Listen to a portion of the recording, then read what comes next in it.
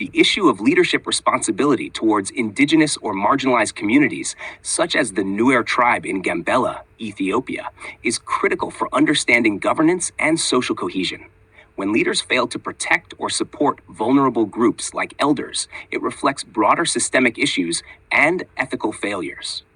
In many societies, elders hold significant cultural and traditional knowledge, serving as custodians of community values and histories. Their protection is not just a matter of safety, but also of preserving cultural continuity and community resilience.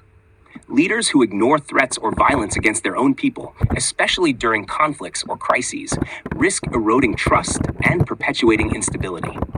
Moreover, the prioritization of financial gain or personal interests over community welfare undermines the very essence of leadership. Leaders are entrusted with power to serve and protect, and when they prioritize personal gain, they betray that trust. This behavior not only damages their credibility, but also deepens societal divisions and exacerbates inequality. Addressing these issues requires accountability, transparency, and a commitment to ethical governance. Leaders must prioritize the safety and well-being of all members of their communities, particularly those most vulnerable. By doing so, they uphold principles of justice, fairness, and collective prosperity, fostering a society where all individuals can thrive with dignity and security.